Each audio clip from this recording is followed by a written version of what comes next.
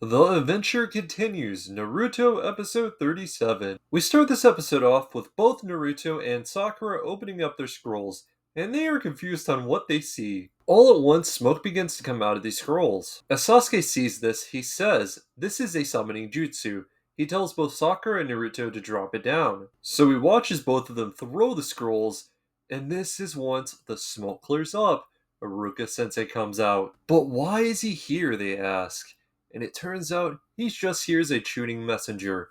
Congratulations on surviving the second exam! While the test might not be over, Team 7 does show a sign of relief. You have Naruto who is hyped up because Ruka Sensei mentioned some Ichiraku ramen. Now this is where we start to hear Sasuke come in.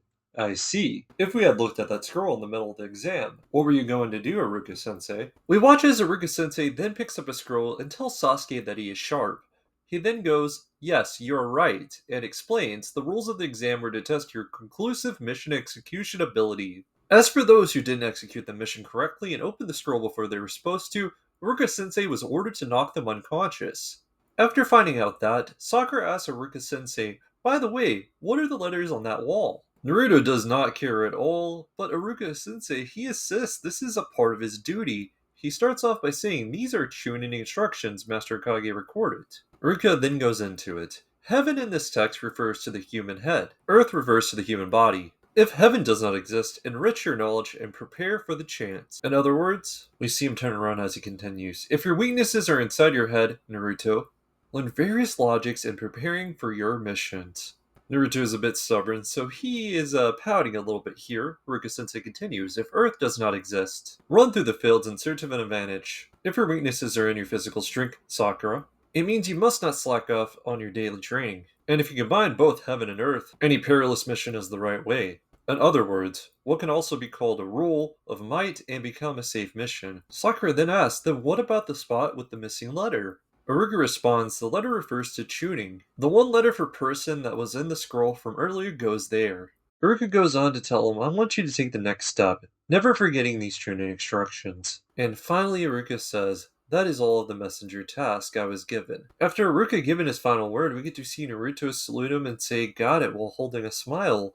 And Aruka just kind of sits there and stares. All at once, Naruto's smile switches down, and Aruka continues, but as for the third and final exam, don't push it too far. Naruto directs this at Naruto. And this is like a good moment in itself. Naruto goes on to tell Aruka Sensei, you see this headband he gave me? Well, this is proof that I'm a full-fledged, right? He still may be an idiot, but he isn't a kid anymore. And he says it. I'm now a ninja. The two sit there and stare at each other, and it's kind of sweet because you can tell that Aruka Sensei cares about Naruto quite a bit. He goes, I see. I'm sorry.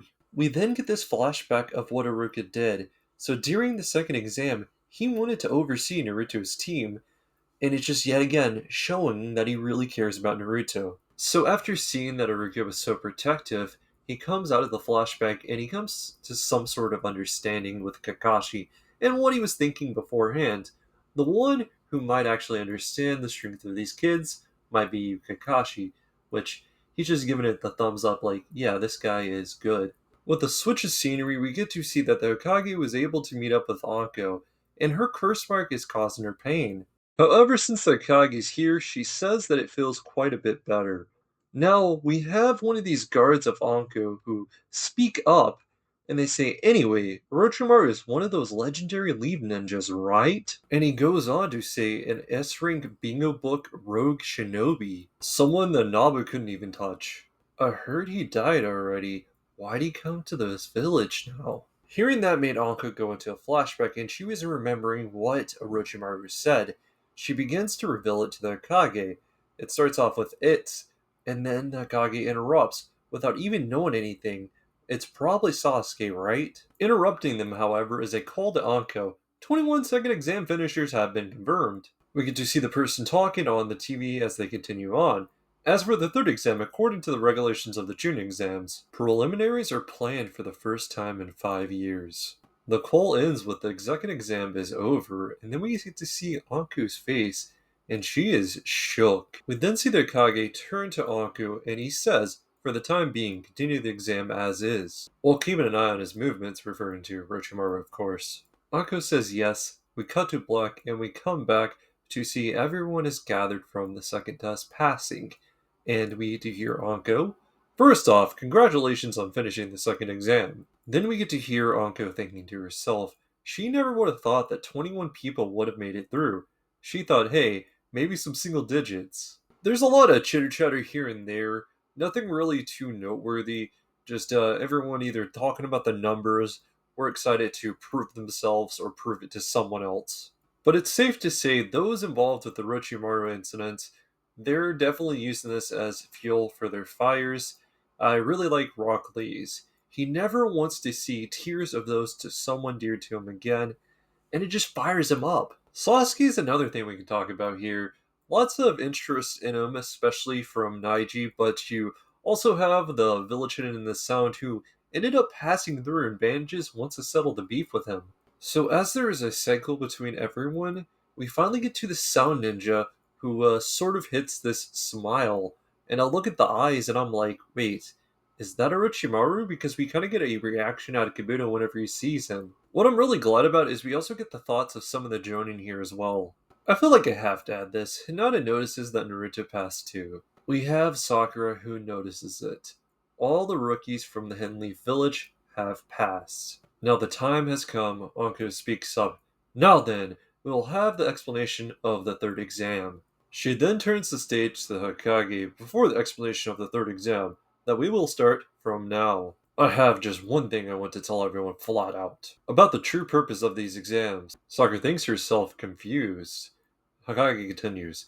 Why do allied nations conduct the exams on a conjoint basis, raising the levels of shinobi and friendship among allied nations? It wouldn't do to have the wrong idea of the true meaning of that statement. These exams are, so to speak, that Kage takes a pause. Almost like a moment to think, that Kage continues. A microcosm of battle between allied nations. Suddenly we have like a dark turn to things, and the music switches up with it. Everyone's like, what? And Kage goes on to explain that these neighboring nations, they had this chance of there being an imbalance of power. So, in order to prevent that, they would have to mutually select a place to battle, and this is how the Chunin exams were. The Kage continues to explain what is to be of this third test. Many feudal lords and those prominent for many nations will be attending to watch these battles. All the little getting shinobi are very afraid right now from what they're hearing. So yet again, this has to do with powers of nations. Those that are strong, they come flooded with these jobs. Those deemed as weak, well, that market becomes, pretty rough as to pretty much none. After hearing this, Kabi yells out loud, even so, why is it so necessary for us to fight for our lives? And the Kage responds, going in. The nation's strength is the village's strength. The village's strength is the shinobi's strength. And the true strength of the shinobi is created only in a fight for one's life. This exam is a place to see the strength of home country shinobi, and a place to display this as well. It is because it's an exam where you truly fight for your life that this has meaning. It's for this very reason that your forerunners fought in this exam. A dream worth striving for. We then hear Tintin ask out loud, then why use the expression friendship? The Kage says, I said it at the start, didn't I? That it wouldn't do for you to have the wrong idea of the meaning. It's a custom where balance is preserved by fighting and removing life. This is the friendship of the shinobi world. This is a fight for life with the pride of the village and one's own dream on the line. You have Naruto and Gaara who just want to know the content of this third test. The Hokage says, very well, now then, this is where I'd like to explain the third exam. The Hokage begins to continue with, but actually, and then suddenly we see someone appear right in front of him where he says, Master Hokage, please allow me, Hiato Gekko. He tells the Hokage he was one of the judges, and the Hokage gives permission to take over, so he welcomes himself to everyone in the room, and then he goes on to say, there's something I'd like you all to do, continuing after his pause, before the third exam. So that big question is the big conclusion to this episode, but I wanted to note something about this character in particular. We see him cough quite a bit. Okay, now we can look at this episode as a whole. It is sort of short, but we can say we made it. They have passed. Team 7 did great, and, well, all the rookies actually, because the rookie 9 all made it through, which is pretty sick. Now, next episode, It sounds like it's going to be a banger. We have a big question to conclude, something to do before the test, and we heard something about preliminaries, so lots to see to come. And there is that little hint on Orochimaru being in this room. Now that is something else that we have to note right now. So honestly, if I had to rate this episode, I'm gonna say it's a nice 8/8. Has some heart in it. Tell me what you guys' thoughts are on Naruto episode 37. Hope you stay safe, and until next time, peace out, guys.